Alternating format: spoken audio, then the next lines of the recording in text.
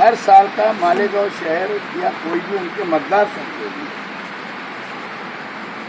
विकास के लिए 4 करोड़ रुपये निधि देती है और आमदार साहब सिर्फ 92 लाख रुपया खर्चा करते हैं और 3 कोटी 8 लाख रुपया लेफ्ट हो जाता है। बड़ी शर्म की बात है हमारे शहर के लिए कि ऐसा नाकारा आमदार। इसीलिए मैं हमेशा बोला करता हूं कि आमदार को कुछ भी नहीं समझता। अगर थोड़ा भी समझा होता तो पीडब्ल्यूडी के इंजीनियरों से बात करती है और उनसे सिर्फ इतना बोलते कि साहब मुझे 4 कोटी के अंदर 4 बड़े रास्ते डेवलप करना है। और आप लोग जानते हैं उर्दू पेपर वाले हो या मराठी पेपर वाले, तो मालेगांव का जो मतदार संघ है मुफ्ती साहब का, कई ऐसे बीच के रास्ते बहुत खराब हैं। मुझे दुख होता है कि जो गवर्नमेंट का पैसा दिया जाता आवाम के हक के लिए, आवाम की डेवलप के लिए, हमें शहर के रास्ते रोड रास्तों के डेवलप के लिए, और वो पैसा लेफ्ट हो गया। ये बड़ी शर्म की बात है और इसीलिए बोलता हूँ कि उनको कोई समझता नहीं, कुछ उनको आता नहीं। इसीलिए मालेगांव शहर की आवाम को, जनता को जागना चाहिए, होशियार रहने की जरूरत है। अब बताओ, आज हाउस के अंदर उनका असेंबली क्वेश्चन था। क्वेश्चन क्या है? यह आमदार मालेगांव शहर, हाँ, आमदार मालेगांव शहर। क्वेश्चन ऐसा है, मालेगांव तालुका, मालेगांव नासिक जिले के शेतकरी बंधु का बीज पुरवठा नियमित करा जाए। बताओ, ठीक है, करना चाहिए, अच्छी बात है। कोई भी आमदार कहीं का भी क्वेश्चन लगा सकता है, लेकिन एक तरफ मालेगांव शहर, भिवंडी, इचलकरंजी, धुलिया, कामती, योला, जहाँ जहाँ पावरलूम सिटी है, गवर्नमेंट ने पिछले हफ्ते में, जब मैं आमदार था उस जमाने से लेकर आज तक पावरलूम सेंटर को, पावरलूम धारकों को बिजली पे सब्सिडी थी, गवर्नमेंट ने वो खत्म कर दिया। और ये पावरलूम सेंटरों का विषय, मालेगांव शहर का पावरलूम का विषय छोड़ के ये ग्रामीण के लोगों का क्वेश्चन लगाते हैं, शेतकरियों का, क्योंकि वो भी हमारा एक अंग है। अगर शेतकरी का मसला हल नहीं होगा, लेकिन उसके लिए नासिक जिले के अंदर ऐसे कई आमदार हैं, लेकिन पावरलूम सेंटर के अंदर मालेगांव, भिवंडी, इचलकरंजी, कामती, ऐसे ही जगहों के ऊपर, सोलापुर में यहीं पे खाली पावरलूम सिटी है और वहीं के आमदारों का एक काम रहता है। ये महत्व का था कि आमदार ने वो भी शेतकरी का क्वेश्चन लगाने के बाद आज हाउस में से गायब है। काश ये होता कि वो क्वेश्चन के बजाय वो जो पिछले हफ्ते सब्सिडी खत्म की गई उसका क्वेश्चन लगाते हैं, उसके लिए हाउस के अंदर बोलते हैं, उसके लिए लड़ाई लड़ते हैं। लेकिन ऐसा ना करते हुए जो चीज़ इनको समझना चाहिए था रास्ते बनाने का, जो शेतकरी की इनको अलग ABCD नहीं मालूम, उसके बारे में क्वेश्चन लगाते। कल 11वें नंबर का क्वेश्चन है उनका हाउस में, किस ताल्लुक से मालूम है? उद्यान पुल जो मालेगांव शहर का बन रहा है, धीमे गति से बन रहा है, ठेकेदार काम नहीं कर रहा है, या तो ठेकेदार बदलना चाहिए। अब मुझे बताओ, ये शहर अच्छी तरह जानता है कि ये उद्यान पुल बनने के लिए कई साल हो जाते, कम से कम 3 साल गुजर जाते, उद्यान पुल बन जाता, चालू हो जाता। किसने काम रुका है इसका? इनके ही कार्यकर्ताओं ने, इन्होंने बार बार आयुक्त के पास में डेलीगेशन ले आते थे, वहाँ काम को के अंदर रुकावट डाला अब काम की शुरुआत अच्छे ढंग से हुई जब से मैंने आंदोलन किया था। अब धीरे धीरे वो काम पूरी तरह से मैं समझता 1 साल के अंदर पूरा हो जाएगा। अभी इस मरतबा जो सखावत होटल के पास से जो रेम नहीं था, जो वहीं से टर्न मारने के लिए जगह नहीं थी, इस बजट के अंदर 5 करोड़ रुपया उसका प्रस्तुत किया जा रहा है बजट में मालेगांव का, ताकि 5 करोड़ रुपया, ताकि वो वहाँ से रेम भी बन जाए और आगे तक थोड़ा ब्रिज जो नजदीक उतरने वाला था वो थोड़ा आगे जाके उतर। तो हम ये सब तैयारी में हैं। पिछले दिनों इन्होंने एक असेंबली क्वेश्चन किया, मुझे तो ऐसा लगता है बीजेपी लोगों से भी ले सकता है। जैसे उधर पिछले दिनों हमारे सुनील गायकवाड़ साहब ने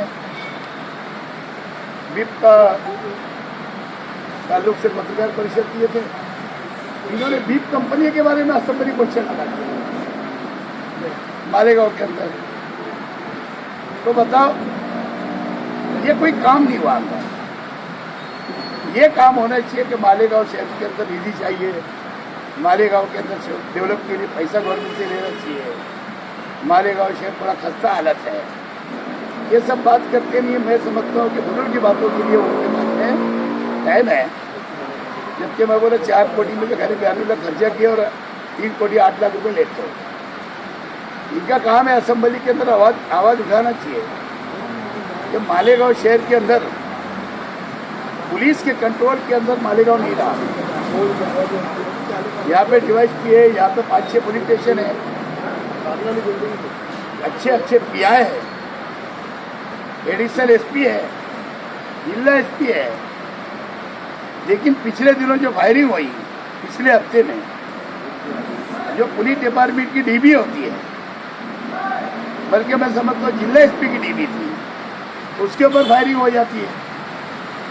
कहीं 20 लाख किसी के घर से, किसी के मकान से, किसी की दुकान से चोरी हो जाता है। रोज डेली मालेगांव शहर के अंदर छोटी मोटी बड़ी वारदातें हर इलाके में हो रही हैं और पुलिस के हाथ से वो मालेगांव शहर का कंट्रोल छूट चुका है। इस ताल्लुक से हाउस के अंदर आवाज़ उठाना चाहिए आमदार ने। ये सब के लिए उसके बाद ना असेंबली क्वेश्चन लगता ना हाउस के अंदर।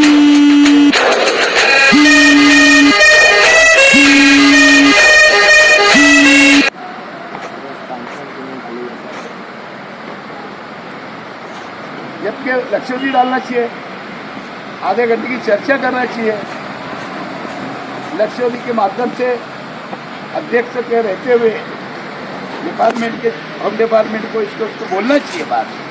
ये बात वो रख नहीं था।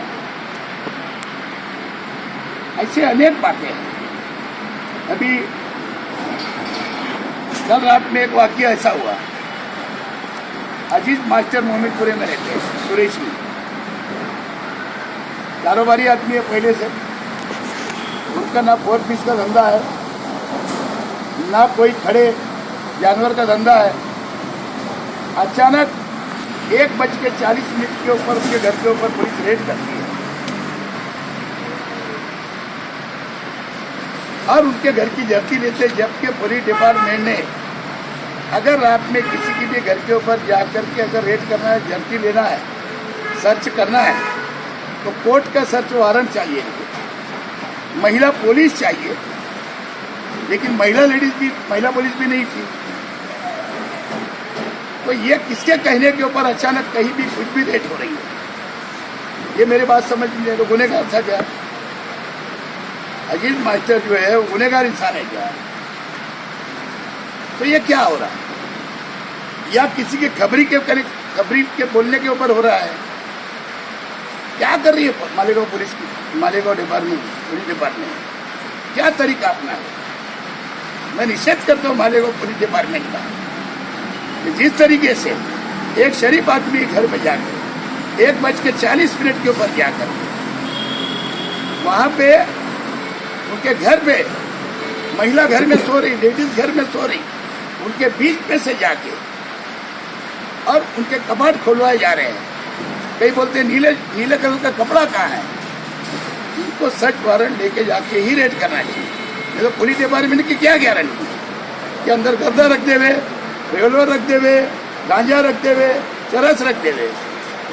ये तरीका पुलिस डिपार्टमेंट का ठीक नहीं है। आम पब्लिक के साथ में गुनहगारों को छूट,